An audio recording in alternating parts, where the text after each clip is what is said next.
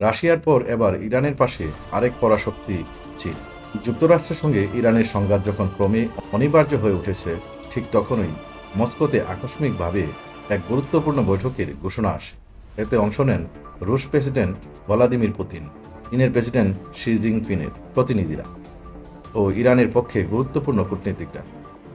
সাম্প্রতিক সময়ে ইরানের বিরুদ্ধে যুক্তরাষ্ট্রের হুমকিকে গ্রহণযোগ্য উল্লেখ করে এর প্রতিবাদ জানিয়েছে রাশিয়া, একই পথে হেঁটেছে চীনও। এই দুই পরাশক্তির স্পষ্ট বার্তা, ইরানের সামরিক আগ্রাসনের মুখে তারা চুপচাপ বসে থাকবে না।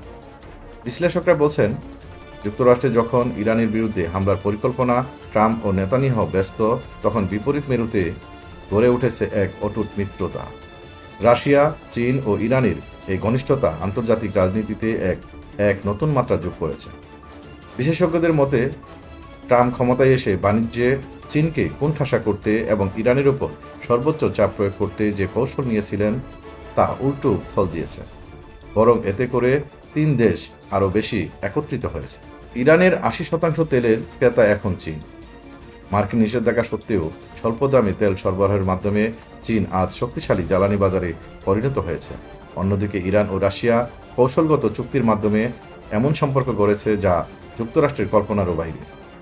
ইউক্রেন যুদ্ধেও ইরান রাশিয়াকে কামিকাজে ড্রোন ও ক্ষেপণাস্ত্র সহ বিভিন্ন অস্ত্র দিয়ে সহায়তা করেছে। যুক্তরাষ্ট্র যখন ইরানকে বিশ্ব থেকে বিচ্ছিন্ন করতে চায়, তখন চীন ও রাশিয়ার সঙ্গে ইরানের সহযোগিতায় দেশটিকে আরও পরাক্রমশালী করে তুলেছে।